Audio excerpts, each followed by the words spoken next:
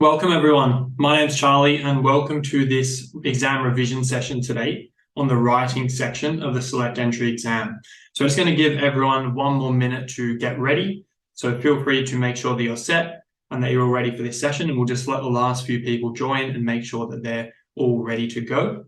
Perfect. So it looks like we've got most people here now. And so we're going to kick off with this session. So really the purpose of this session today is to help you feel really prepared for the writing section of the exam. So like obviously writing is a section where this year in particular, there is a little bit of uncertainty around what the exam looks like, which we will go into in a little bit more depth during this session. But really the goal of this session is to make sure that you can make the most of these last few weeks. So number one, you feel confident going into the exam and you feel like you've done enough to really feel confident and feel ready for the exam, in order to make sure that you can maximize your performance on this exam. And so just before we get into the session today, feel free to just leave a hi in the comments just to confirm that you're here, you can hear me and you can see the screen okay, and then we'll get moving. Perfect. Looks like everything's working all good. Welcome to everyone again who's been attending these sessions in the past as well, and welcome to everyone here who is here for the first time.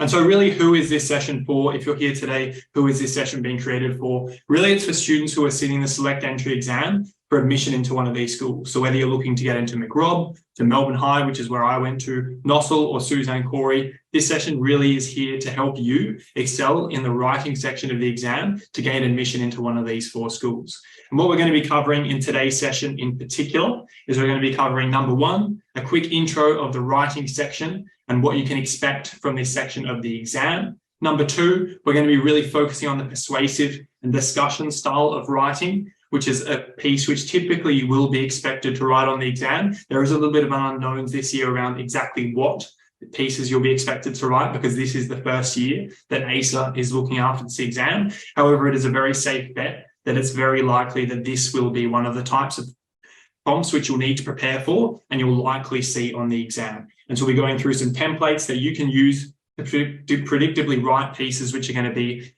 rated at an 8 out of 10, a 9 out of 10, or a 10 out of 10. And then finally, we'll be going through some tips and tricks. So secrets from past superior students. So that means they've scored in the top 11% on writing, and what you can do to incorporate these into your own preparation and into your own performance. And I know a lot of you probably already know who I am, but just in case you don't know me, my name's Charlie. I graduated from Melbourne High back in 2015, so almost 10 years ago now, which seems crazy to say.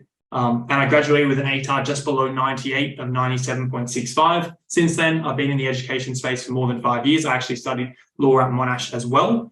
And so most of all, I've been to a select entry school. I know what it's like being at one of these schools. For me, it was a massive thing to get into Melbourne High, and it made a real difference to the ATAR score I got. I think there's no way I would have got a score anywhere near that amount if I didn't go to Melbourne High. And so I'm very grateful for the opportunity. I'm here to help you get into these selective schools as well. And most importantly, I've sat the exam. I know what it's like being only a few weeks away from the exam. And I remember when I was sitting this exam, and from chatting to a lot of students in the last few weeks, it's very common to be thinking, is it too late to be preparing now? Am I smart enough to excel on this exam and to get in one of these schools? Have I done enough? I've been preparing for a while. I've only just started preparing. Am I actually good enough to get into one of these schools? Or can I even get in? Is a select entry school right for me? Or is it just something which is just out of reach? And really the biggest piece of advice for students at this point, where there's only a few weeks left until the exam, it's natural to be feeling a little bit nervous, a little bit stressed, and a little bit worried about if you're ready, if you're actually going to be able to excel on this exam or not, is that ultimately success on the select entry exam is not random. And the thing that I always think is the fastest way to achieve any result in life, whether it's a test grade or anything else you want in life, is just find someone who's already got the result you want, model or copy exactly what they did to achieve that result, and naturally you'll achieve the same results. And this is something that I had to learn the hard way when I was in school. So when I was in school in year 11, I was preparing for a subject called accounting. I kind of just made up how I was preparing for it. I used some textbooks, I learned from teachers, but I just sort of stumbled together and didn't really have a method for how well I was structuring my preparation. And I kind of did random things. I didn't follow someone who got a really good high score in accounting, and I just sort of made up my own type of preparation, and it didn't work too well for me. Whereas when I went into year 12, there was a subject called business management, which I just wanted to get a really high score for. And I was lucky that there was a few students at my school that actually got perfect scores at this subject. and I just listened to every single thing they did. I prepared in the exact same way as them, and it allowed me to get the exact same score, which was being in the top 30 students out of 40,000. And I would never have thought that was possible, but it really just made me realize that if you want anything, whether it's a top grade, whether it's something outside of your schooling performance, if you find someone who's got that result that you want and you model and copy the way that they prepared to get that result, it's inevitable that you're going to get a result very similar, or potentially even the exact same result like I did. And so we're going to get stuck straight into the writing section now with a little intro to what is writing, what can you expect from this section of the exam. And I know that some of you might have been preparing for this section for months and months, and you're very familiar with writing, so don't worry, this will be quick if so. But if you're new to writing or you've only just started preparing, this is going to give you really good foundations to carry you through the rest of this lesson.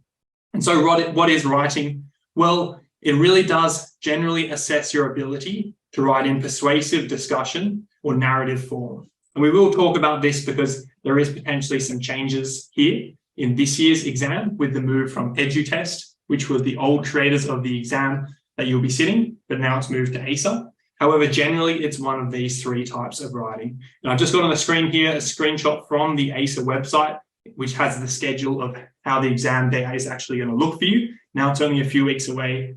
It's good to think about when writing is.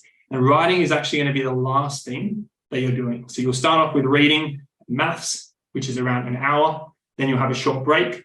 Then you'll do verbal and quantitative. Then you'll have a short break again of only just 5 minutes this time.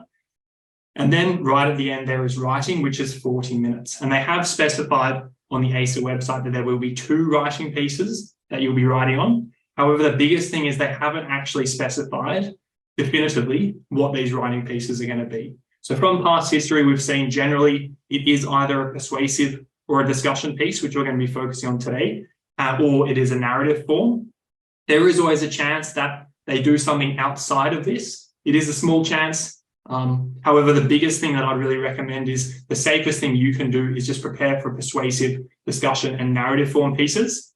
And that's going to give you the best chance of excelling on this exam. And probably one of the biggest things I remember is one of the things I've heard from a lot of students with this uncertainty, they're like, it's unfair that we don't know exactly what pieces we're going to be assessed on. Like students last year, they had it so easy. They knew it was going to be these specific types of pieces.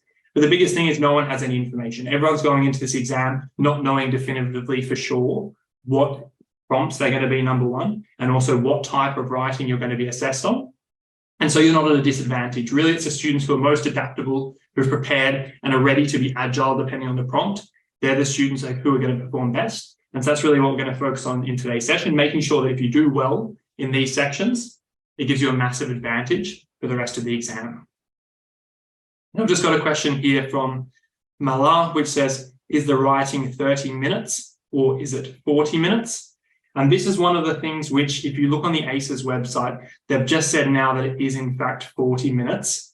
Maybe let's just hear from the comments. Is this what every other student has been hearing? Or have you been hearing that it's 30 minutes or 40 minutes?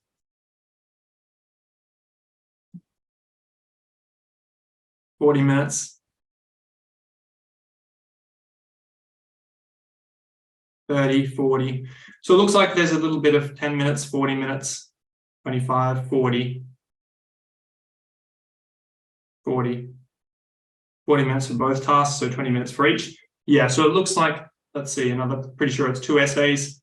Yeah, that's right. So look, the reason there is a little bit of uncertainty this year is it is the time where the exam is shifting. So last year it was the Edutest. This year we've moved to ACER. And to be honest, the information has been very difficult to find out. The shift in general, they didn't publish it very clearly. They only published it a short time ago. And so for a lot of people, it has been really hard to figure out what the writing section is assessing you on, how long it's for, what it's going to look like.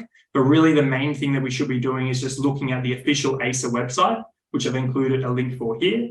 And I will also post this in the chat for everyone to review.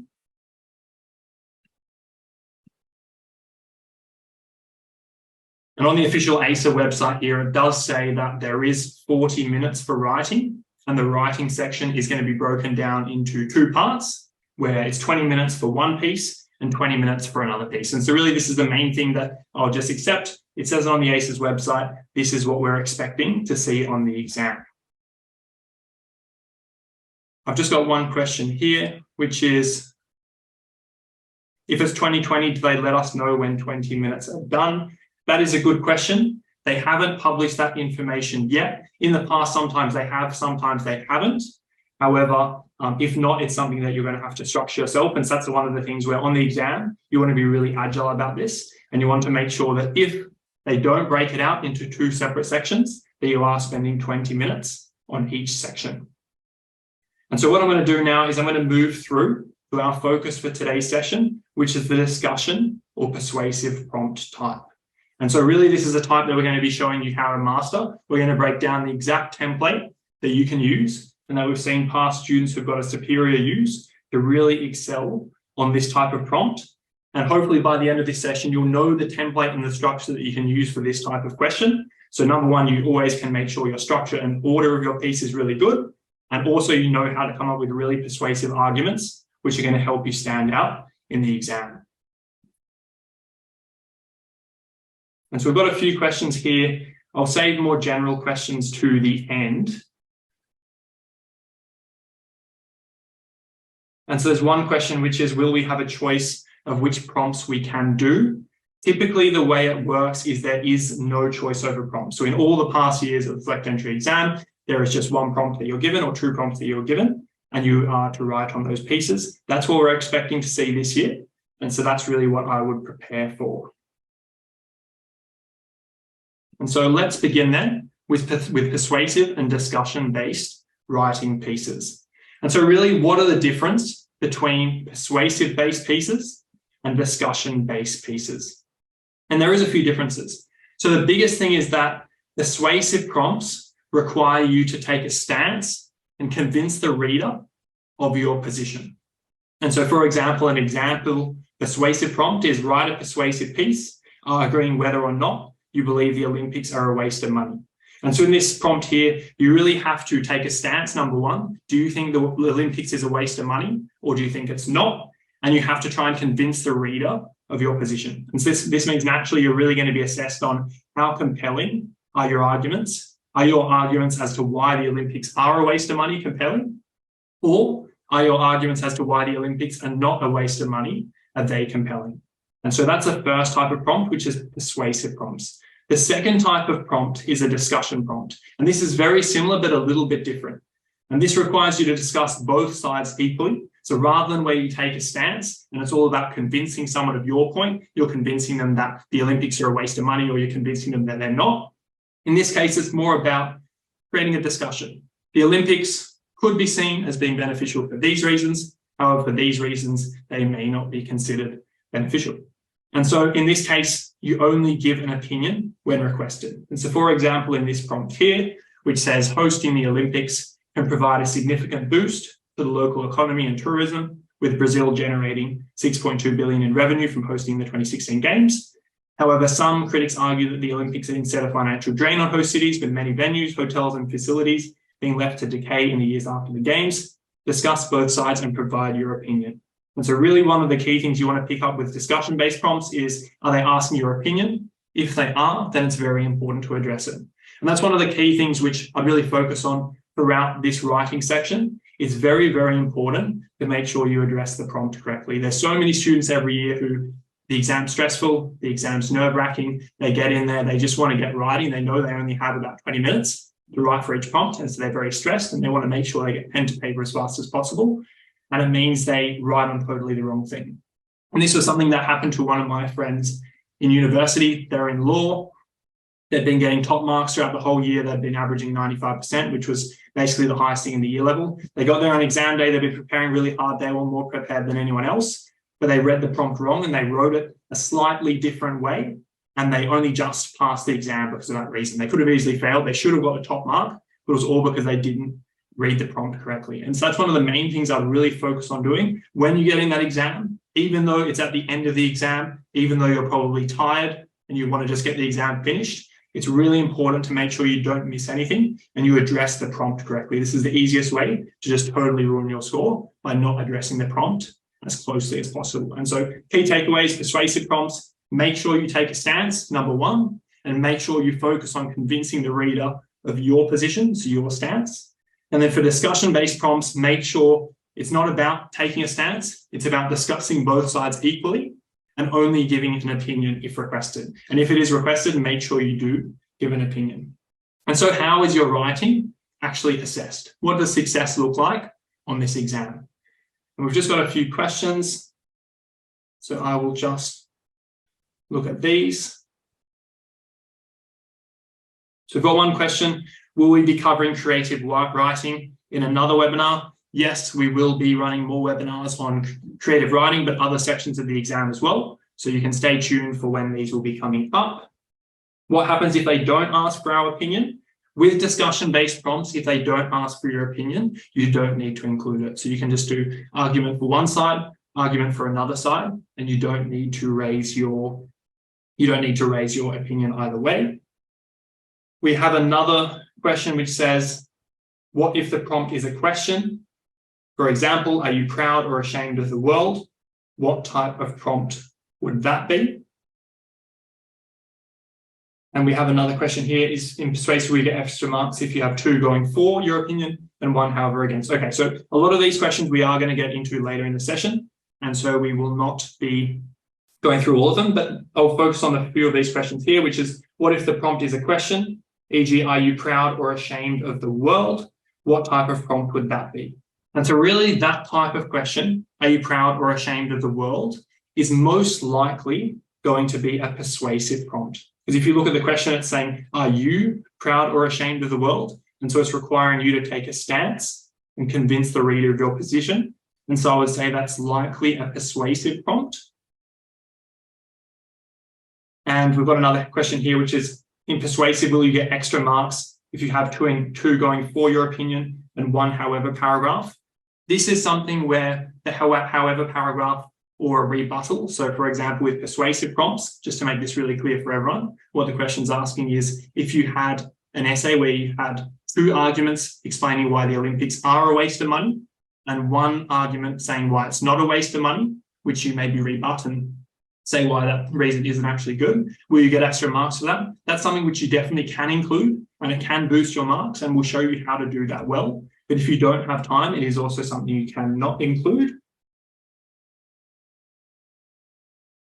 And so what I'm going to do is I'm just going to take a pause on questions for now, and I've noted all these questions down, and we'll get through any which we haven't covered now at the end. But I'm just going to move on to make sure that we actually get through some of the content as well, but loving the engagement, and I'll make sure that all these questions are answered before the end of the session. Feel free to keep sending them through, but we'll just move on to the next slide now, which is actually one of the questions, which is, how is the section assessed? And so how is your writing actually going to be assessed? So alongside your use of persuasive devices, punctuation, grammar, spelling, and vocab, and the relevance of your writing to the prompt, examiners will really be assessing your writing based on 3 criteria.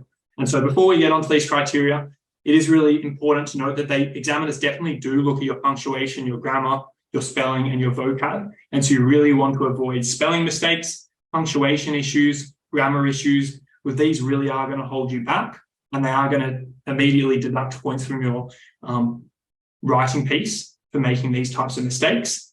But they also, as we mentioned, they are also going to deduct points if your writing isn't relevant to the prompt. So it is really important to be relevant to the prompt. Aside from these 4 things, which are just sort of core things which they're always going to be assessing you on, there's 3 key buckets which really make the difference between the best pieces of writing. So if there's spelling mistakes, if they can't read your writing, if it's totally off prompt, obviously you're not going to be contending for an 8 or a 9 or a 10.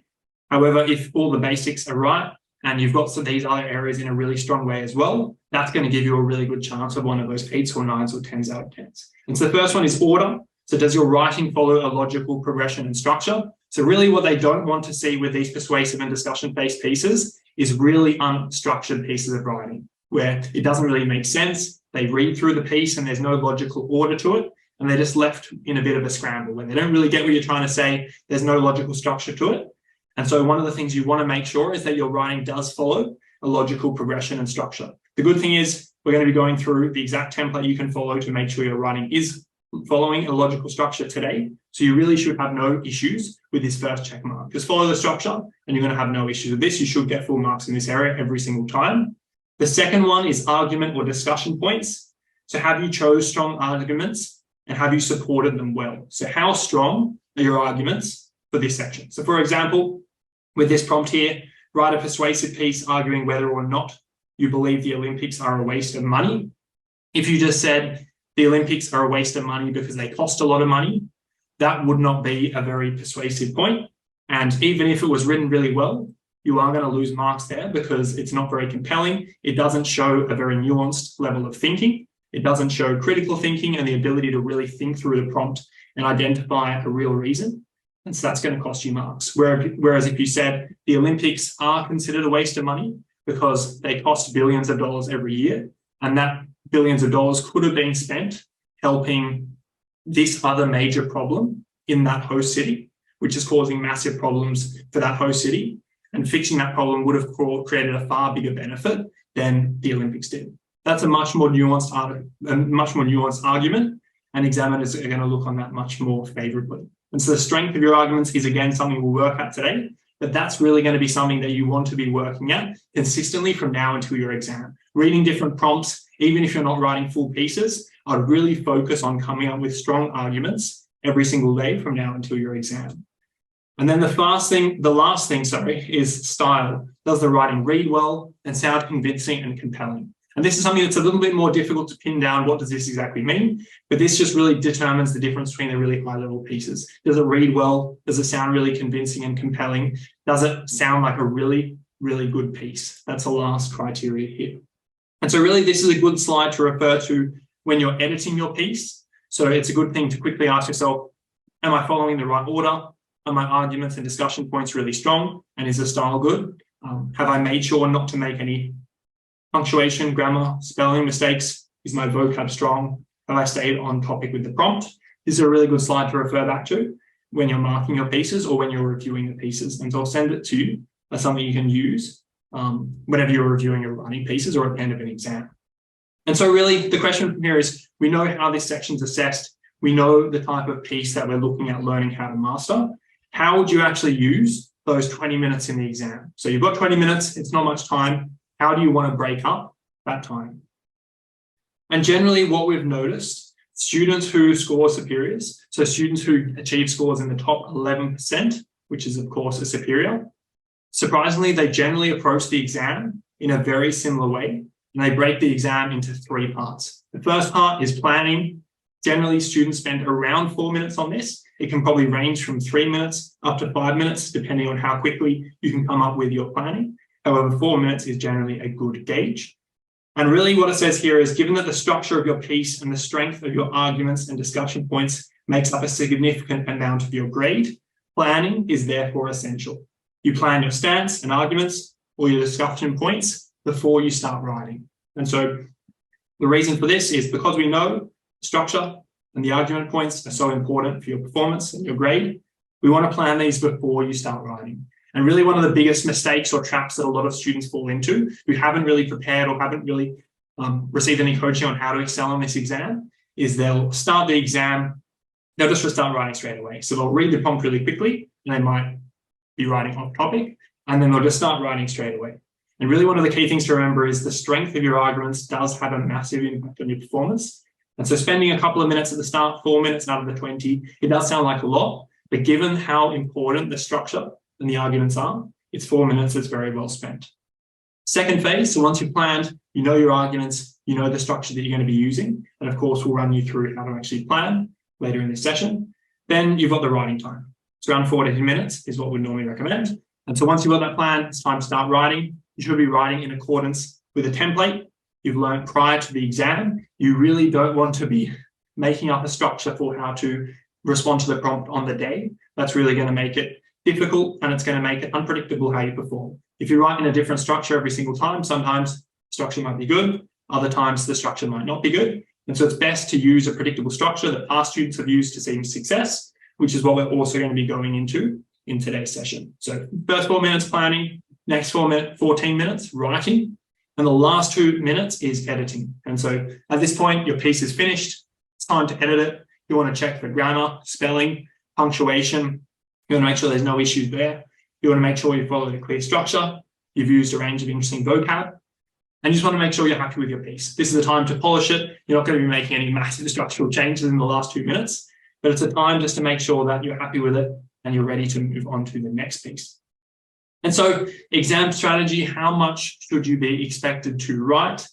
Again, similar with the structure, we've found that typically top students, they write around the same amount every single time. We've found students who are consistently getting those 8s, those 9s, and even the 10s. Often they're writing between 250 to 350 words. And the sweet spot's normally around 300 words. I wouldn't really recommend writing below 200 words. That's probably at the point where examiners are going to look at it and potentially mark you down because it's too short. Even if it's good, it's potentially too short. And so I would try to avoid being anything under 200 words. And similar with being over 400, to me, that suggests that it's probably a bit rushed. Maybe the points haven't been as well considered as they could have been. And so around 250 to 350 words, with 300 words being the sweet spot, is typically the optimal amount to make sure you've written enough. You've also had enough time to really think about your arguments and the structure. And you've also had time to edit to make sure it's polished and it reads really well.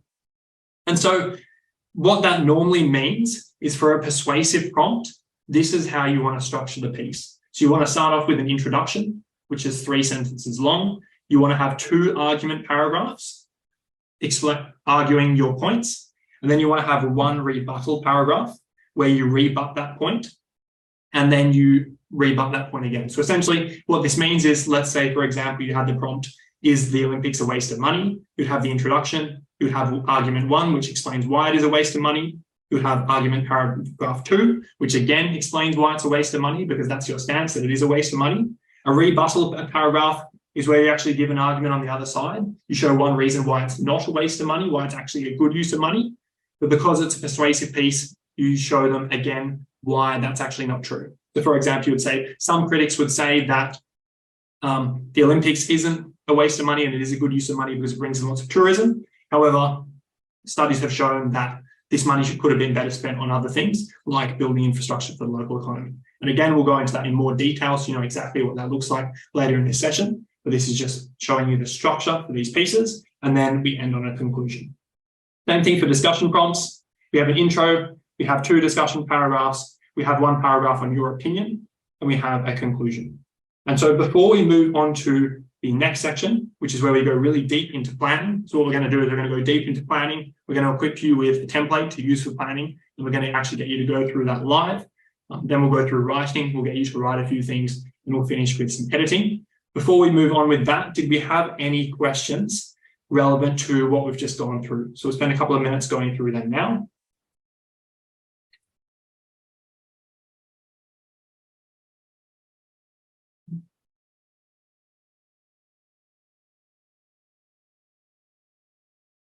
There's one question here, which is, what classes have we ran so far? So last time we ran verbal reasoning, and this is the first writing one, and we'll be covering the other sections over the next few weeks. We have a question here, sorry to bother you again, but will there be 2 writings or 1? So the way it works is writing goes for 40 minutes. 1 writing piece will be 20 minutes, and another writing piece will be 20 minutes as well. Are they strict on handwriting? So really with handwriting, the biggest thing to consider is they're not strict on handwriting, but they have to be able to read it. So imagine that you're an examiner and you're marking hundreds of students of essays. You're reading hundreds over the course of a week. If your writing is very easy to read, naturally when they see it, they're going to think, wow, I've read some students' essays who are very hard to read and I could barely read them. And this one's easy to read. It just puts you in a better mood. So in that sense, it probably is better to write as neatly as possible. However, in saying that, there is no criteria that you have to write neatly. And so at the very least, I'll just make sure that it's very easy to read. You don't want your examiners to not be able to understand what you're saying. That really is then going to count against you. So with handwriting, the biggest thing is, can they read it? If they can, then it's probably good enough. If they can't, then that's probably something you want to work on before the exam.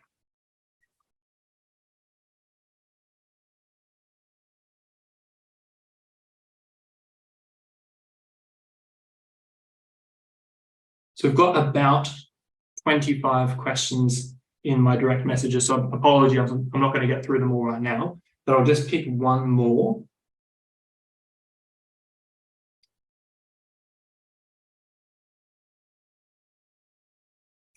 And so the question was, no, there's one question here which wanted a clarification, which my question was, what happens if they don't ask an opinion on the persuasive piece? So on the persuasive piece, I will just go back to that one now. So really there's two pieces. There's the persuasive piece, which is where you're always going to be arguing whether or not you believe the Olympics is a waste of money. And so in this case, you're always going to take a stance and you're always going to try and convince the reader of your position. That's kind of the whole point of a persuasive piece, and that you do take a stance and you do try and convince the reader of your position. And so that's always going to be inherent in a persuasive piece. However, in a discussion prompt, it does require you to discuss both sides equally, and so you'll only give you an opinion when requested. So if they don't ask for an opinion, you won't give it. In a persuasive prompt, they're always going to ask you to take a stance, and they're always going to ask you to convince the reader of your stance. Does that make sense?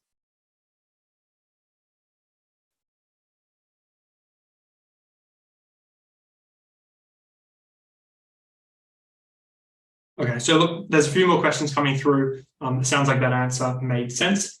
Feel free to just keep posting the questions at the end of the piece. At the end of this session, we'll run through all of them. So don't worry, we're not going to stop without having your questions answered. You just feel free to keep posting them through, but we're just going to move on now. And we're really going to start looking at the planning phase. So how can you make the most of the planning phase? We've talked about why it's so important, what has a massive impact on your score. What can you do in the planning phase, so the first 4 minutes, to set yourself up for success? And so what is a planning phase? Well, this is the time you dedicate to, for the persuasive pieces, picking your stance, your arguments, and your rebuttal. And for discussion pieces, this is where you pick your discussion points and opinions. And really the strength of these elements at the end of the planning phase will in a large part determine the strength of your piece. And so what I've generally found is after just the planning phase, a lot of the time, you can tell how well a student's going to perform. Students who've got these elements nailed, they've written them down really well, and they're compelling and they're persuasive, they are really on track for a good score. But students who haven't got this at the end of the 4 minutes, they've either just started writing random things or they haven't really nailed these components. It's an uphill battle because they've really decided the theme of their piece from that point onwards. And so this first 4 minutes really is the most crucial. The good thing is it's easy to learn how to do well, but it really is crucial. And the reason for that, as we've mentioned a few times, examiners are not just looking for a well-written piece, but they're also seeking to understand the depth of your thinking and your ability to create compelling arguments or discussion points. And so a few key things to note: we won't plan your intro or conclusion. It's really just about planning these elements here. So for persuasive pieces, your stance, your arguments, and your rebuttal. And for discussion pieces, your discussion points or your opinion. And so what we're going to do is we're going to show you now a template that you can use for the planning phase. And really this is what I'd recommend for persuasive pieces. So all you need to do is you just want to write down in that 4 minutes of planning your answer to this question. So my stance is that.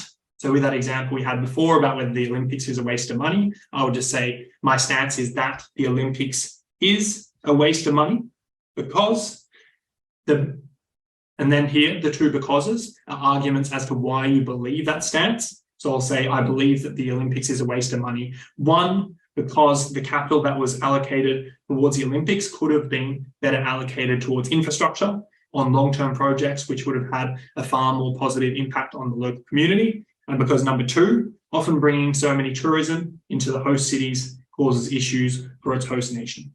Let's say they were my two arguments, so I wrote them down. And then I put in my rebuttal here. So on the other hand, critics would argue that, so say some critics would argue that the Olympics brings in lots of tourism and therefore that's a positive for the economy.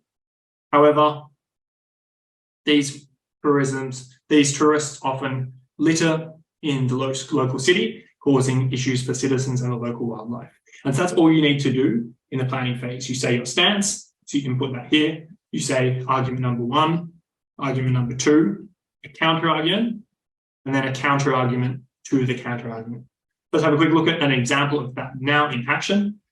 As again, it's the exact same prompt that we just talked about. So my stance is that the Olympics are not a waste of money because they increase tourism for the host city, creating new income sources for locals, because they create a sense of national pride. On the other hand, critics would argue that they force host cities to invest in infrastructure, like stadiums and accommodations, that are never used after the games finish. However, cities can use this infrastructure spending to improve facilities for local residents improving quality of life for its citizens for years to come into the future.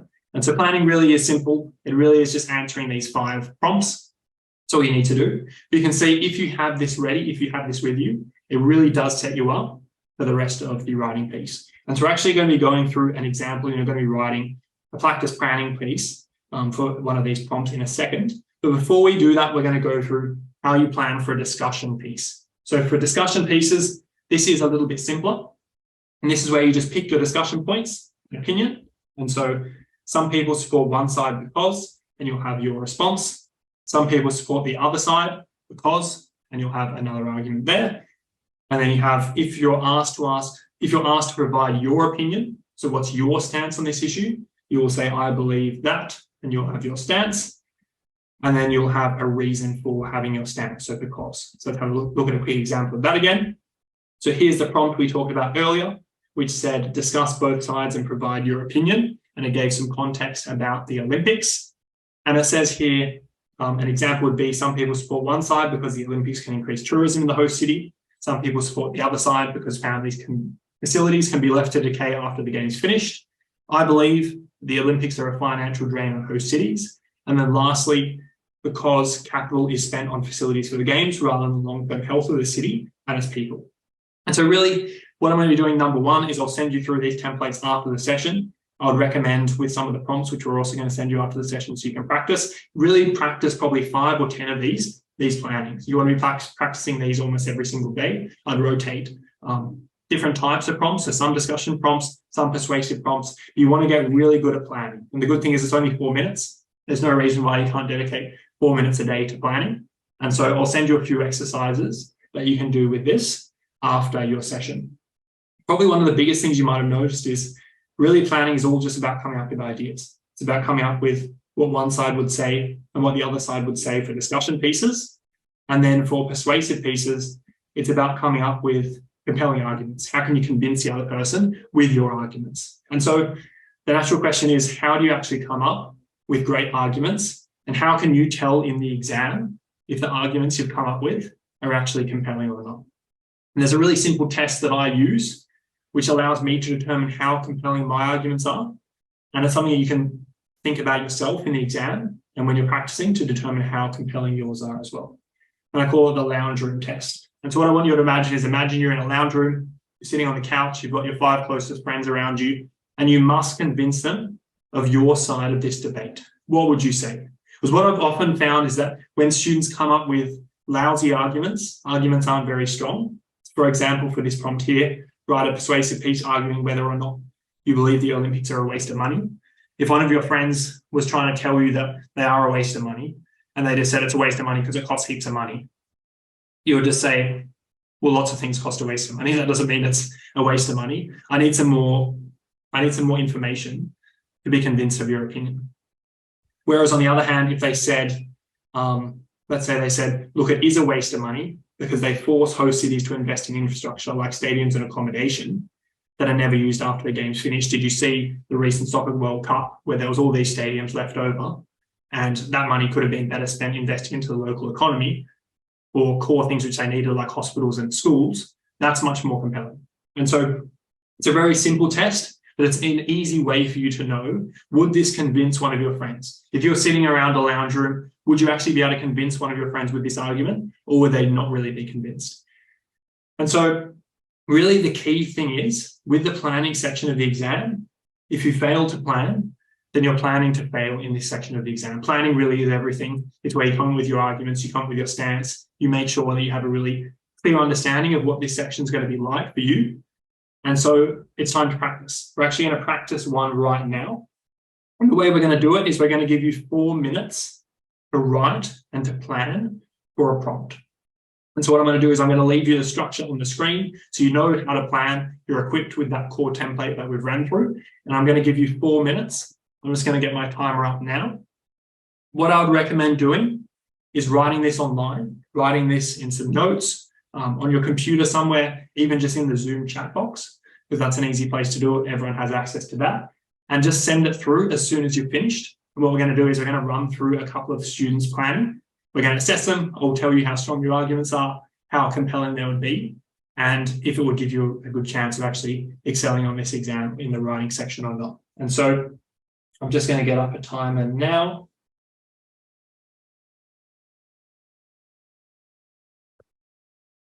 And I'm now going to put the prompt on the screen. As soon as I put it on the screen, I'm going to start the 4 minutes and you can get writing.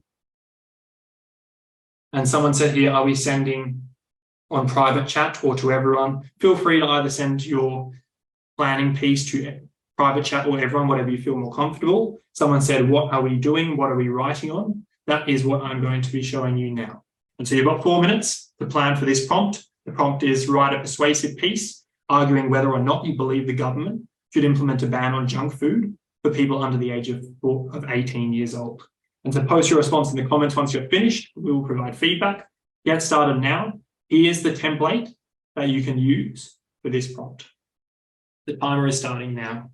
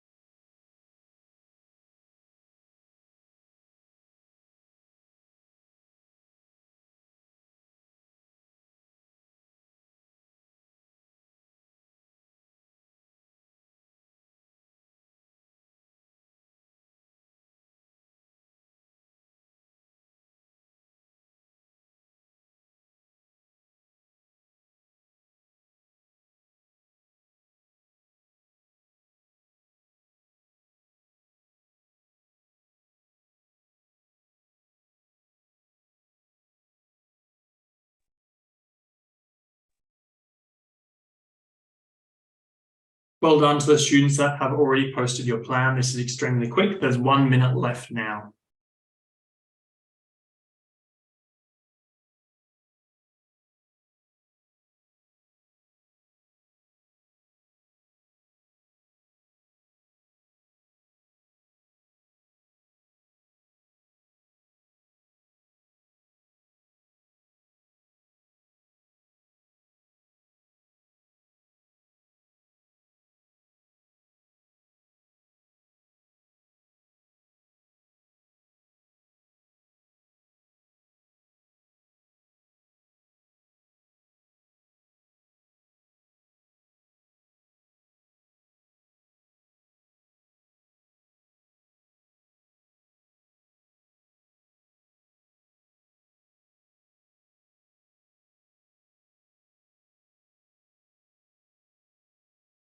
Couple of seconds left.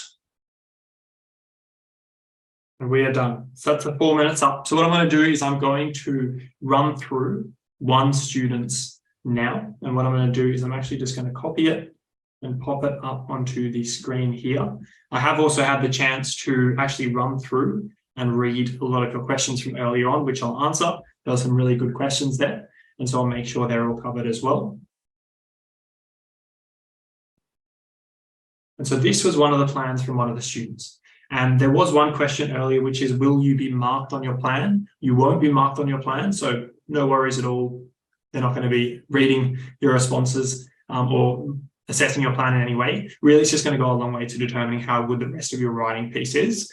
That's one thing. The second thing is, of course, we haven't had time to give feedback to everyone's plans, but what we will be doing is there will be an opportunity to attend a Q&A call on Saturday, which is a question and answer call where it's just all questions and answers, which really seems needed after this session.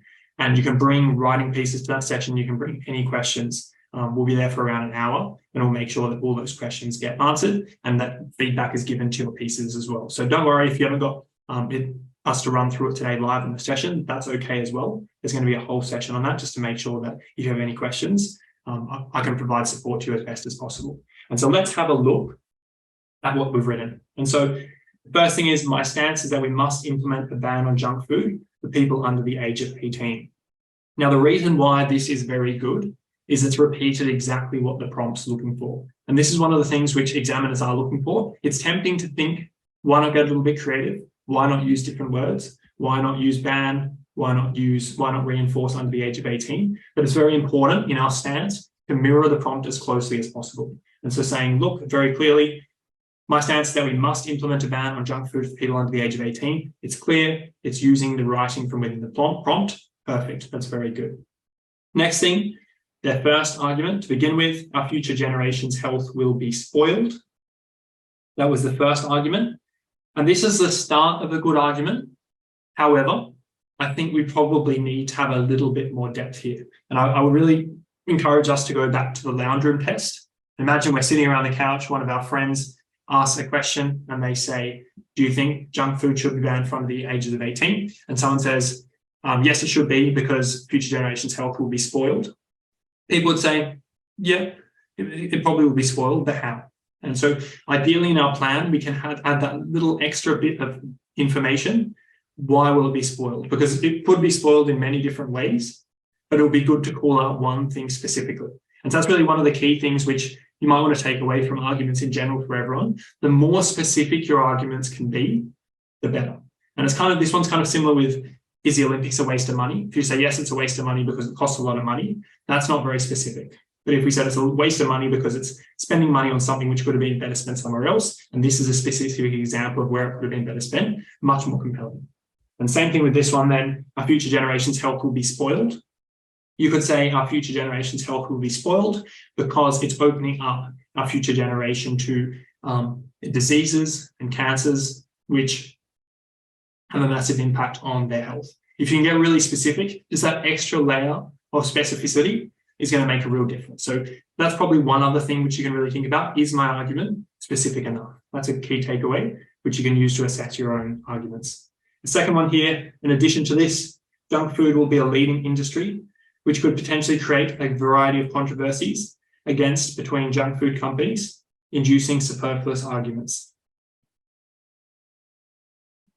It's probably the main thing with this one is I'll say, how can we make this more clear? So in addition to this, junk food will be a leading industry, which could potentially create a variety of controversies between junk food companies, inducing superfluous arguments. And so to me, this one's probably not clear enough. How could we make this more clear? How could we say, so your stance is that we must implement a ban on junk food for people under the age of 18. How could we say that the junk food industry currently advertises across every channel, sports, media, TV, and they're constantly showing ads to kids, which really isn't good. And so by banning junk food for the people under the age of 18, they're going to be able to learn healthier eating habits and get better sources of information on what's healthy and what's not whilst they're under 18, so that they have those healthy habits into the future. That's potentially something that's a little bit more specific and a little bit clearer. And so probably two key takeaways from this specific response is make sure it's specific So how can you make your arguments as specific as possible, but also make sure it's very clear? And again, if we go back to the lounge room test, you should be able to just tell it to someone and they just get it straight away. If it requires too much explanation, we just don't have time for that sort of explanation on this exam. I'm just going to make it really tricky. And so again, make it specific, make it really clear. We now have the rebuttal. So on the other hand, critics would argue that adults would hesitate to try junk foods when they're 18. However, because junk food is restricted, it will seem like a reward making adults consume it without being hesitant anyway. And so this one is okay, but again, I would think about how compelling would this be if you're sitting around and trying to convince someone? And is there anything more compelling you could say? So what's the most compelling reason why the government shouldn't implement a ban on junk food? What's the most compelling reason? Let's just hear in the comments, what do you think is the most compelling reason as to why we shouldn't have a ban on junk food?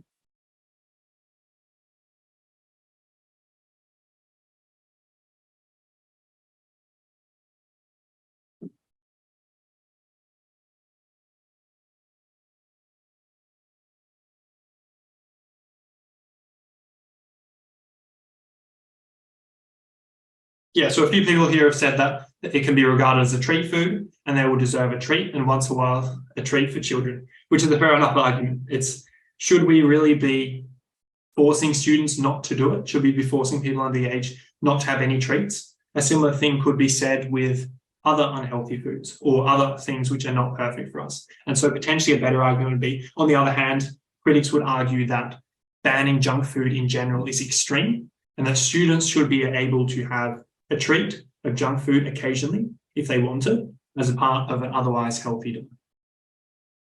And then the last thing here, we would rebut that by saying, however, because junk food is restricted, it will seem like a reward making adults consume without being hesitant anyway. Again, what's the most compelling reason how we could rebut that students should be able to have a treat? We could say that students do deserve a treat. However, they should be having a treat with something which is supporting their long-term health and prosperity. And so therefore it should still be banned. And so really probably the key takeaways from this one here are, number one, make sure your arguments are specific. So I'll just write that down here, specific. Number two, make sure your arguments are clear. And then number three, make sure they are compelling as possible. And so really, I know it's easy to try and rush and just try and get something down on paper, but in the planning phase, or just get something there, because you don't want to be sitting in limbo not knowing your arguments for too long. But really just take that little extra second, think what's the most compelling possible argument for this point? If I really had to convince someone, if someone came up to me and said, you have to convince me why we must ban junk food, otherwise bad things are going to happen to you, what would you say? What's the most compelling thing you could say? And that's going to give you a big edge. There's a lot of students that are just going to rush, they're just going to skip through it, and they're going to miss that. So key takeaways, make it specific, make it clear, and make it as compelling as possible. And so we're going to move on now. We've gone through that first phase, which is planning. That's the first 4 minutes of the exam done. We'll send through those templates. We'll send through plenty of prompts for you to practice this on, and there'll be opportunities to get feedback later in the week as well on your planning. So now let's get into number two, which is writing. How can you actually make sure, once you've got the plan, you write a really good piece? And as we mentioned earlier, top performing students on the select entry exam, they often use a templated response for how they write, both persuasive and discussion pieces on the exam. And this means that their essays are always structured well, and they're able to practice and eventually fine-tune a specific flow for their pieces. So it just means they're not worried about order. They're not worried about the structure and the flow of their piece, because they have a template that they use every single time. And what we're going to do is I'm going to break down the specific templated structure you can use for both these types of writing pieces in the exam now. And this will ensure that your piece always ticks all the boxes for the order assessment criteria, but also it's just going to make it a better piece overall across all the criteria. And so what does a winning template look like? As we've mentioned earlier, this is really what I recommend. So for persuasive pieces, typically it's going to be 5 paragraphs long. For discussion pieces, again, typically it's going to be 4 or 5 paragraphs long. I did actually notice there was a student who asked, which was a really, really good question, if they don't ask your opinion, so if they specifically don't ask for this and that's just ruled out, so they don't care what we think about the specific point, do you then have to do more points on either side? And the answer is no. given that you've only got 20 minutes to write, and you're actually only going to be writing for 14 minutes of that, if they don't ask your opinion, that's fine. You can just make your entire piece 4 paragraphs rather than 5, and you'll just add a little bit more meat and a little bit more depth into these 2 discussion paragraphs here. And so, again, I'll send through this slide so you don't have to worry about noting it down, but this is the structure that I would recommend for these pieces. And so we're actually going to go through each of these types of paragraphs and how you can master it. And I know it looks like we're running a little bit over time. If you're ready to continue with this session, that's amazing. We're going to be probably running for an extra 20 minutes from here, just so we have time to run through the entire structure of the piece. But I know that if the students have to go at 7, that's okay. But I'd really recommend staying for the next 20 minutes to go through all this stuff with us. And so firstly, we're going to be looking at introductions. How can you write a really good introduction? The good thing is that writing a good introduction, it's very easy. The first thing you do is, no matter whether it's a discussion piece or a persuasive piece, is you write a topic sentence that provides a brief background on the issue or the topic. That's just one sentence with brief background on the issue or topic. Step 2, you write one sentence that explains your stance or position on the topic for persuasive pieces. As you'll notice, you've just planned that. You've just planned what your stance is. And so that sentence is going to be very similar to what you've written in the plan, probably basically the same thing. Whereas for discussion pieces, step 2 is to write one sentence that explains the 2 sides of the topic. And then step 3 is for persuasive pieces to write one sentence that signposts the 2 arguments you'll make in your essay. Or for discussion pieces, is writing one sentence that signposts, again, the 2 arguments that you'll make in the essay, one for each side. And so let's have a look at a few examples of what that actually looks like. So for a persuasive piece, that prompt we've seen right throughout the session. Write a topic sentence. What does that look like? An example one would be, in the aftermath of recent Olympic Games, there has been increased debate as to whether the Olympics have a positive impact on the economy of its host nation. That's a clear topic sentence, provides a bit of brief background on the issue and the topic. Step 2 is for persuasive pieces, which is what this is, we're going to write one sentence that explains your stance or your position on the topic. And so I'm going to say here, whilst the Olympics is costly, it is not a waste of money. And then step 3, we're going to signpost the 2 arguments which we're going to make. And so what you're going to notice is all this information that's required in this introduction, you already know this from the plan. And so this introduction really should take you no time at all, because you've got all this information. It's just about writing it down in this template. And so an example is, this is because firstly, it significantly increases tourism for the host city, opening up economic opportunities for its residents. And secondly, it creates a greater sense of national pride, promoting shared unity. And so this is an example of what a good introduction would look like for one of these pieces, a persuasive piece. Let's take a quick look. Well, let's actually give you now some time to do this for yourself. So we've gone through the structure. I'm going to give you 3 minutes to write your own introduction. So same thing as last time, write it in the Zoom chat, send it through once you've done it. I'm going to be putting a timer on now, and we will break down one student's introduction. And so you're going to be writing your introduction based on the prompt that we just went through. So you've already got the plan. You've got 3 minutes, timer starts now, and you can use this template to write your introduction.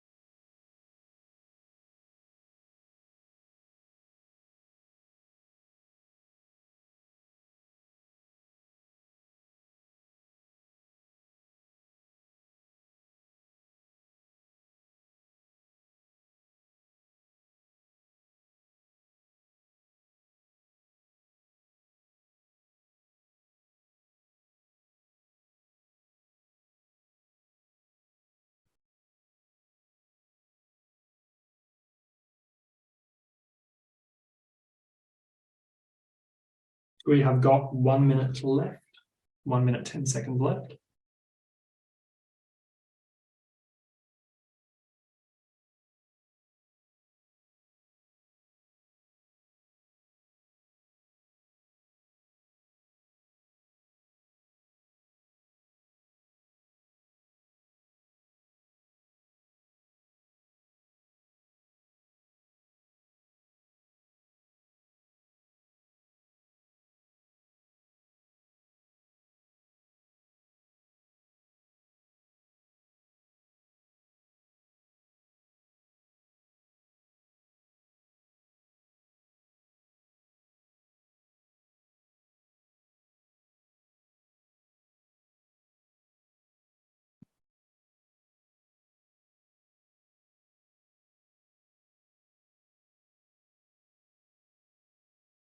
Fifteen seconds left. 10, 5, 4, 3, 2, 1. Time is up. Well done, everyone. That was very short pace, and I can see a lot of you are sending it through, which is really good. Well done on that challenge. What I'm going to do is, once again, I'm just going to pick one from the comments.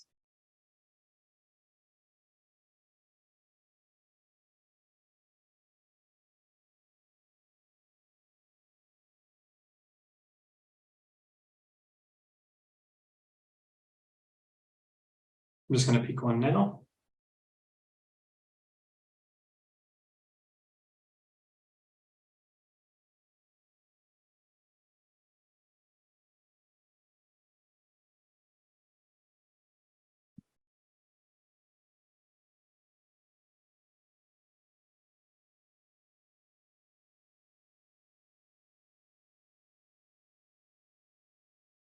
Perfect. So what I've got now is I've got one which I'm going to put on screen, and we're going to break down this one together.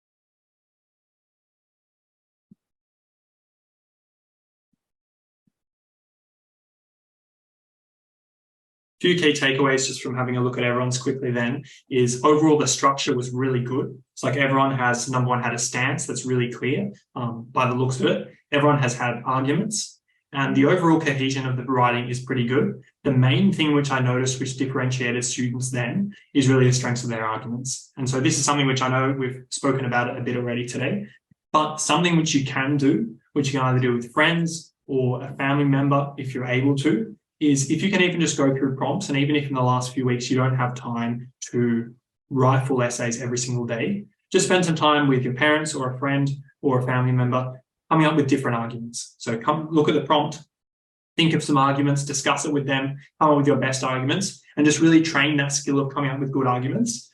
Because for context, from looking at everyone's responses then, that really was the difference. The quality of the arguments makes a massive difference on the piece. So we're going to look at a student here who, this is a very good piece of writing. So it says the recent rise of childhood obesity. So this one here, we probably would want to, it's not super clear, so maybe we would say, with the recent rise of childhood obesity, critics have been calling for the purchase of junk food for minors to be prohibited. So again, this is really clear. Probably one thing which I would say is if you can use the same language from the question, that is probably ideal. I do think using the word prohibited potentially could work in your favor because it is a word which is a little bit more advanced. A lot of students in year 7 are not going to know how to use that word, or year 8. And so it is potentially a good thing to use. However, just to be safe, I would probably say to be banned. This, however, is completely unnecessary and is detrimental to society as a whole. This is a very clear stance. So it's a very clear stance. It's a very strong stance, which as someone who's reading this piece, I'm now curious about how can you say it's completely unnecessary? What are your points? And then we now have the argument. So corporations which provide great economic benefits will suffer. That again is a very clear point. So corporations who provide benefits economically to the economy will suffer. Very well written, very clear, but also very succinct. And the right to liberty will be severely diminished. And so people who do or do not know, right to liberty, you could say it's like right to freedom will be severely diminished, which you can imagine where if they did ban junk food, there is a question of if they're banning junk food, well, why not also ban not sleeping enough? why not also not ban dressing in a certain way? Where is that line? And so this is, again, a really good argument. And really what I thought is good about this piece is, number one, there was that one little issue at the start which could have made the writing read a little bit clearer, but the arguments are really good. So arguments tick, and the vocabulary is also really good. And so it's really a key takeaway. If the vocab's good and the arguments are good, it really does stand out, just like this piece of writing. What we might do is we're going to just go through one student who has put it into the chat. We're going to break it down. And so this is their introduction. One thing, I know that it's typed on Zoom, so it's probably not displayed how you'd actually write it in the real exam, but just make sure the introduction is just one paragraph. So rather than having it as 2 sentences like this, just make sure it is one paragraph, because if every single sentence is its own paragraph and you have a space like this, examiners will potentially think that it's not a perfect structure and mark you down for that. So let's read this one. Junk food is becoming increasingly common in children, and the government is under pressure to ban it, so probably to ban it. I know we haven't had time to review these yet, so that's okay. It is a bit of a rush, but you will want to pick these up in the review or editing time. So there is under pressure to ban it for people under the age of 18. It has long-term negative effects on children. They will make it a habit to consume these types of food. And so it is a good argument, but it isn't written extremely clearly. So we could, instead, maybe we could say it has long-term negative effects on children because they may make a habit to consume unhealthy food and become at risk of developing diseases in the long term. I probably would just leave that as a sentence there. That's just one sentence. That's probably one other key thing just to note. Short sentences are your friend. The longer the sentences are, the easier it is to stuff them up, to have spelling and grammar and punctuation points. And so really one of the things that I focused on when I did the exam was just keep my sentences short. I even did this in year 12 English. I just wrote really simply short sentences, no spelling mistakes, no grammar mistakes, and it just makes it easier for yourself. So let's read through it again. It is long-term negative effects on children because they may make it a habit to consume unhealthy food and become at risk of developing disease in the long term. That's quite clear. Hence, junk food should be banned for people under the age of 18. So maybe we'll just do therefore junk food should be banned on the age of 18. So really, probably the difference between these two pieces, these two introductions, I would say the first one is probably slightly stronger than the second one, mainly just because of the arguments and the vocab. And so these are two other key takeaways: is arguments, very important. Vocab, also important. It is a bit of an advantage when you can use words like diminished, liberty, economic, corporations. Originally we had prohibited here, detrimental. They're just words that really make your piece stand out. As soon as you read those in the exam, you think, wow, this piece, it's probably going to be up there for a 9 or a 10 out of 10 straight away, just because the vocabulary is really strong. The second piece here, it is still good. It is still definitely something that's within range and you could get a pretty high score. But if you want to really elevate it to the next level, I would focus on really strong arguments, number one, make those arguments really strong. But number two, vocab. How can you build your vocab in the next few weeks? There's actually a vocab trainer, which I'll send you after this, which I'd recommend doing regularly as well. And it'll hopefully allow you to include a few more complicated words like these ones. And so what we've done now, we've gone through the introduction. We've run through how to write an introduction for a persuasive prompt. And what we're going to be looking at now is how do you write these argument or these discussion paragraphs. This is like the meat of your writing piece. This really is what dictates between like students who just have good arguments in the introduction. So maybe you've got a few good arguments, but how well do you actually explain it? How well do you back them up? That's what really these core paragraphs are about. And the good thing is, once again, there's a simple structure that we use for these, and it's called the teal structure. You've probably heard of it. You might have heard it at school. You might have heard it somewhere else. But these are the 4 sentences that you'll use for these pieces. And really, if you keep it simple and you just follow this structure, these paragraphs are going to be very easy, and it's just going to be very templated like your introduction. So first sentence of one of these argument pieces is the topic. So what is the argument or the discussion point for the paragraph? So for example, for this first student here, one of their topics would be corporations will provide great economic benefits will suffer. So that would be topic 1. And the other one topic would be the right to liberty will be severely diminished. They're two topics. The first sentence will be addressing one of these topics.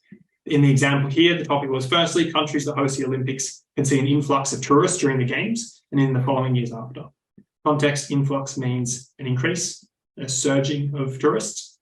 And it's a word, again, which if you're a student who uses like this one, it's going to give you a little bit of an advantage in doing well.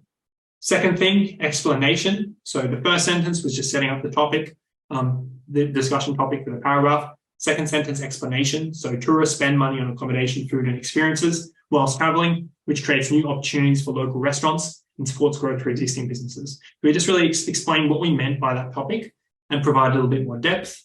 The third sentence is just providing some sort of example or evidence. Without this, it's really hard to make a good, compelling argument. You really do want to make sure you pick arguments where you have some sort of evidence. It doesn't have to be evidence like this. In this case, it was provided in the prompt, so it was easy for me to use it. If there is ever anything included in the prompt, try to see if you can use it as evidence because it's a lot easier. But you want to make sure that you have some sort of evidence to really back up your claims.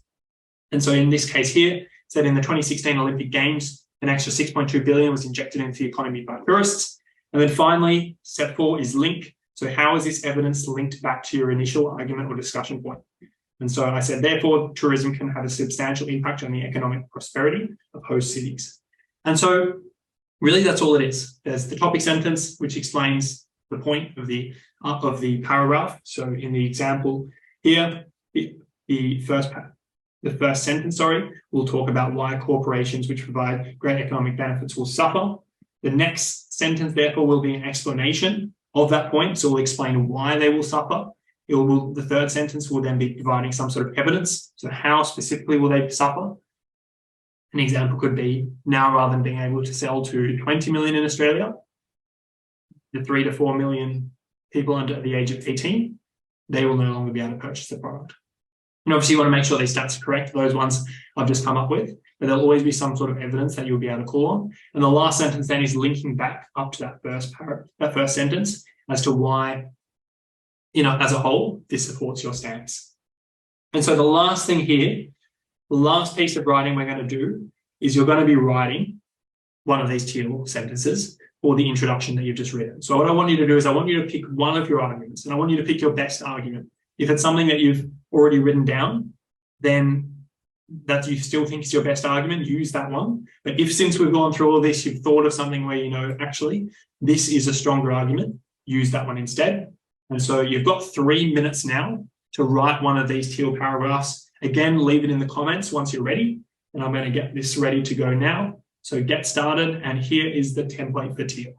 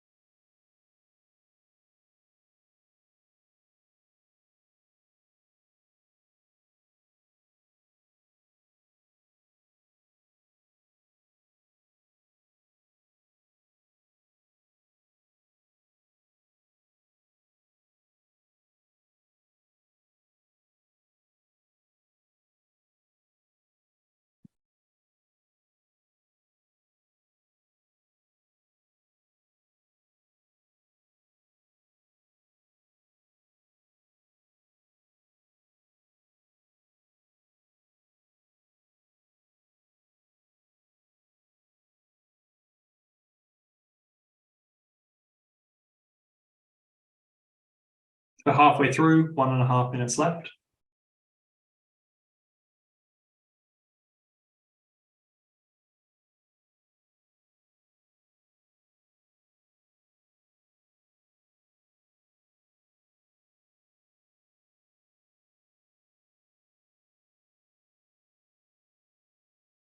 1 minute warning.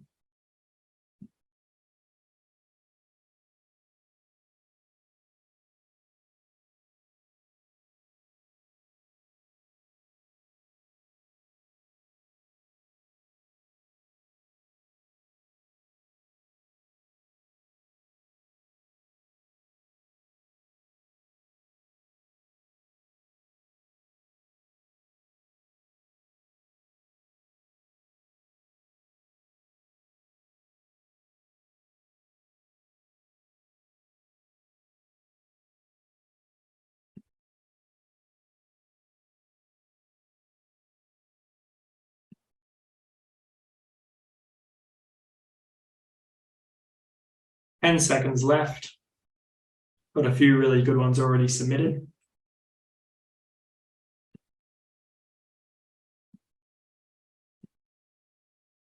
There we go. That is the timer. And so well done for everyone for submitting that. Let's have a look at how many we've got come through. 1, 2, 3. Feel free to keep submitting them.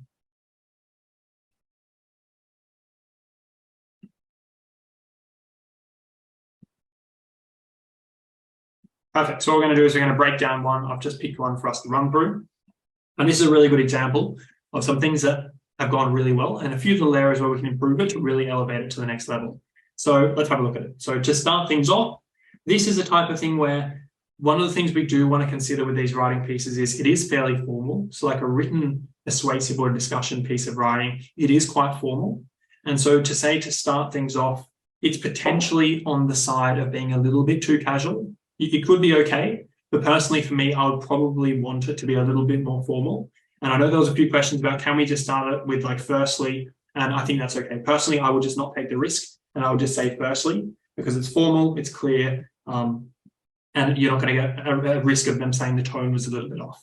So firstly, governments must ban junk food for those kids under 18 years old, as it can result in severe health issues. Very clear, this is a perfect first sentence where it outlines what the topic is. So for that sentence, I would say perfect, really good writing.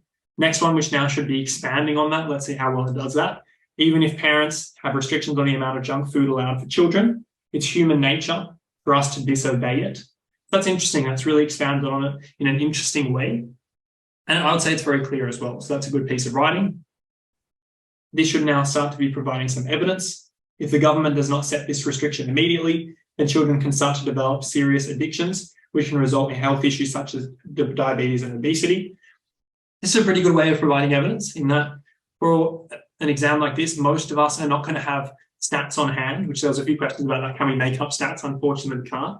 And ultimately, all we can do is just play with what we've got. And so in terms of saying the evidence as it can cause diabetes and obesity and other health issues, that's pretty good evidence. And so that's a pretty good argument again there. And then the paragraph's finished off with which young kid would want to suffer from ailments and issues that are developed when they're older. And these types of rhetorical questions, they can be a little bit of a risk. In this case, I think you have executed it really well. I think it probably would work in your favor, but it's the type of thing where you want to make sure you're not using it too many times. So I definitely wouldn't use it in every paragraph. I'd probably just only use it once if you really want to use it. But in this case, I think it was clear. I think this paragraph is really clear that you must ban junk food for those kids under 18, and it can cause severe health issues. So I'd probably say this was your main argument. It can cause severe health issues. Why is that the case? Well, you've said that even if there were restrictions, if parents have restrictions, it's not going to be enough. So that's, again, a really good point. And then if the government sets it, it's going to allow kids to not develop serious ailments, which can cause major health issues. And so I think that's a really clear paragraph. Probably a few things which you could improve if you wanted to is vocab. How could you increase the level of your vocab if possible to be a little bit more sophisticated? Not that this wasn't sophisticated. I think this was actually a really good piece. But if you wanted to really stand out, and if someone reads this, I think, wow, this student has a very, very good vocab. Adding a few words to this piece would really strengthen it. Otherwise, I think it's a good piece. It reads really well, and you've done well here. And so what we've done now is we've run through this teal structure very quickly. And the key thing is this is all you need to use for the core paragraphs. Just use the teal structure, keep it really simple. And hopefully you've started to see that for the planning, you've got a template that you can use. For the introduction, you've got a template that you can use. Again, For these argument and discussion paragraphs, you've got a template that you can use for either argument or discussion pieces. And so in terms of structure and order of your pieces, you should just be able to follow these structures, and you're always going to do pretty well in that area. It really just comes down to all the other things around arguments and your actual writing style to determine things from there. And so what we're going to do now is we're going to quickly look at what would this rebuttal paragraph look like. And so you've written a really good introduction, you've written some good arguments. What would a good rebuttal be? How would you actually structure that paragraph? It's very simple, so it's not going to take too much time, but let's have a look at that. And so essentially what the rebuttal does is it adds more nuance to your essay by demonstrating your ability to see both sides of the topic. Because if you think about it, if you're an examiner, you want to know that students aren't just the type of student who they just are very militant with one side and they think this side's right, I'm not even going to consider the other side and consider whether it's accurate or not. I've got my argument and that's it. I'm just going to block everything out. They're not really looking for that. They're looking for students who consider both sides. They can hold a few arguments on one side. They can hold a few arguments on the other side, and they can come to a reasonable point of view. They can say, look, there's a lot of benefits on this side. There is a couple of benefits on this side. However, I think the benefits on this side outweigh these benefits. And so therefore, this is my stance. That's really what they're looking for. And so really what this rebuttal should do is step one, it should explain a major counter argument to your stance. Again, the bigger and the juicier counter argument you can add, the better. So for example, for the Olympics example I said, on the other hand, some experts have argued that the infrastructure spending required for the Olympic Games is wasteful and goes towards stadiums and accommodation rather than vital needs for the local community like roads, transport and safety. That's a pretty good argument. And then step two is to explain why the counter argument isn't true. And so the example here is, however, host cities are now increasingly considering how infrastructure expenses for the Olympics can be leveraged by the local community after the games. So the stadiums, for example, can be reshaped into hospitals and homeless shelters. That's really flipped it on its head. Initially in the first one, you're thinking, wow, we probably should be using that money for roads, transport, hospitals, education. But then in the second one, we're like, actually, that's being considered. And so really this rebuttal or this opinion, it can just be 2 sentences. You can keep it really clear, really simple. And that's all you have to do for the rebuttal. And you can see it doesn't have to be long. We don't have to follow the teal structure. It is just following these 2 steps, but it really does improve the quality of your piece significantly. And so final thing is conclusion. How do you write a really good conclusion? We've only got a couple of more minutes left in this session, so don't worry if you have to head off. We'll be done by 7:30. Conclusion. So essays require a conclusion to be complete. And so we did have a few questions about students about what should the conclusion be? Does it need to be a whole paragraph? The key thing to remember here is you'll lose marks if you don't have a conclusion. So it just looks like you've run out of time and you haven't finished the piece if you don't have a conclusion. However, generally, they're not an area where you're going to be getting a lot of marks. Students who have unbelievable conclusions of 5 sentences are not really going to have an advantage over students who have 1. Really just want to keep it simple. You want to make sure you have it. You want to make sure you don't include any new information. So that's probably the biggest area where students go wrong. They add in another argument into the conclusion, which is just something we don't want to do. We only want to re-emphasize points that we've already had in our pieces, no new information in conclusions. And it says here, just reiterate the points you've made throughout your essay. So how do you write a winning conclusion? It's pretty simple. All you do is summarize your arguments or discussion points in 1 sentence. So an example is, therefore, the Olympics is not a waste of money, as it can have a positive impact on the economy of host cities, as well as increased feelings of national pride and togetherness. And so really all you need to do is, if it's a persuasive piece, as I mentioned, just summarize your stance and your arguments. And if it's a discussion piece, just summarize both of your arguments. We want to keep it really simple. Just make sure it's 1 sentence. Make sure you have it. That's not going to be a major factor in the success of your piece. You just need to have it there. So I'll just check that there is no major questions around that. Nothing yet. And so essentially that's a last part of that process there. So I'll just skip back to the beginning for a little bit of context. But we went through planning, so we know how to plan our piece, and we went through how to spend that 4 minutes. We've gone through what writing a successful piece looks like. And again, I know this has been super fast. We've gone through a lot in just 90 minutes. And so I will be sending through everything we've covered and some more detail as well, so you can really actually practice this on your own and really ingrain it. But we're now just going to quickly skip over, what does it look like to edit your piece? What should you be looking at? And this is something that we really looked at quite a bit at the start, but the last 2 minutes is really where you want to reread your writing, remove any spelling, grammar, or punctuation mistakes, check you followed your plan, and then your essay reads well. So of course, you've only got 2 minutes. You don't want to be making any massive changes. And you really want to just make sure that you've ticked all the boxes. So does your writing follow a logical progression and structure? If there's anything that isn't working, see if you can just quickly fix it up. Are your arguments strong and supported well? So by this point, you've well and truly chosen your arguments, but you can see potentially is there a little bit of extra evidence that you can add in, or is there a paragraph that you can strengthen with a little bit more evidence? And style doesn't read well. So this is something that you can really impact. How can you make it sound more polished? Maybe you run through the piece and look for a few words that are a little bit more sophisticated or advanced that you can add in. That's a good thing to do. Or you can just make sure that it reads a little bit better by just shortening the sentences like we did with one of the pieces today. And again, this is like a good slide to come back to when you're editing your pieces.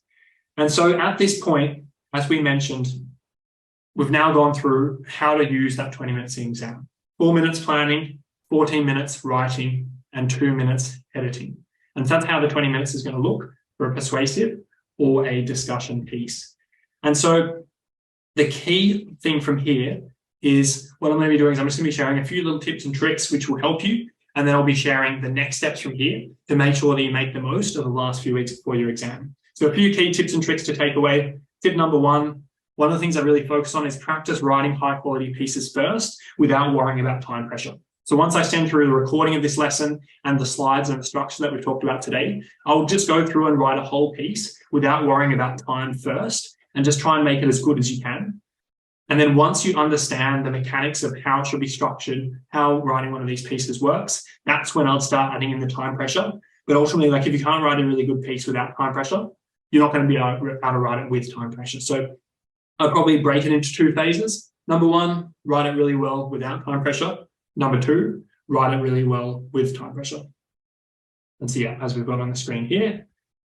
Tip number 2, examiners are people too. So play to the biases of them. Don't pick inflammatory arguments. This is one of the things you have to be careful of. You want to make sure that your arguments aren't going to offend the examiners. And this is one of the things that a lot of people will say, oh, the examiners are completely impartial. Even if you have an offensive argument, they're not going to care, even if it's justified.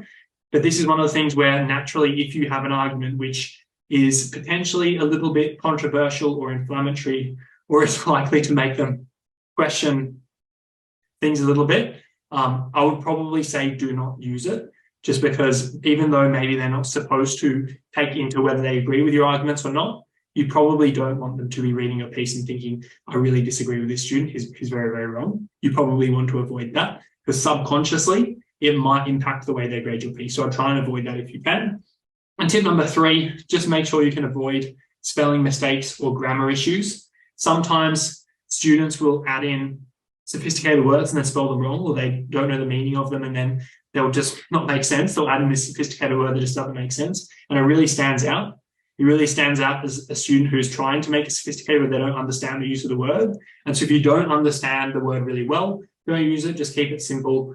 There's nothing wrong with just having short sentences and keeping it really simple. That's what I did in Year 12 English and it worked really well. And that's what I did on the exam as well and it worked well. And so next steps from here. There's a couple of weeks until your exam. We've covered a lot today. What can you do from here to make the most of your preparation? Well, really what I'd focus on is going through the homework that we provided. So what we're going to provide after this session is, number 1, prompts for both the persuasive and discussion pieces that we've gone through today. So we'll send you through some prompts which you can practice on. You can expect to receive them through email and also in the Facebook group tomorrow. So once you've got them, feel free to practice on them. And also some for narrative and creative pieces. Number 2, we'll send you through the slides today with all the key takeaways. So I won't include the slides which are unnecessary. I'll just have all the key takeaways on structure. So you know you can really extract everything from this lesson. But I'll also include the recording of this workshop so you can watch it back. It was definitely one of the most action-packed sessions we've had. We've covered a lot. Often you would cover this type of content over 10 hours rather than 1 hour. And so if it seemed like we're moving fast, if it seemed like we were covering things really quickly, it's because we were. Normally you would cover this much slower. But because we've only got a few weeks left before the exam, we wanted to make sure that we didn't just cover introductions, for example, and not go through how to actually write the majority of the piece. We covered everything in some sort of detail. And so we'll be sending through the recording. Feel free to watch it back.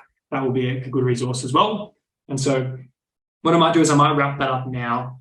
Once again, if you have any more questions, feel free to send them to me through email. I'll be sending you an email with all the homework that we talked about. And so if you have any questions, let me know. Otherwise, thanks so much for attending today and being here for 90 minutes. I know we ran a bit over time, but hopefully it was really valuable for everyone. And I look forward to seeing hopefully as many of you as possible on Saturday. Otherwise, I'll see all of you for the reading comprehension session in a couple of days' time as well. So thanks, everyone. I'll see you and have a good night.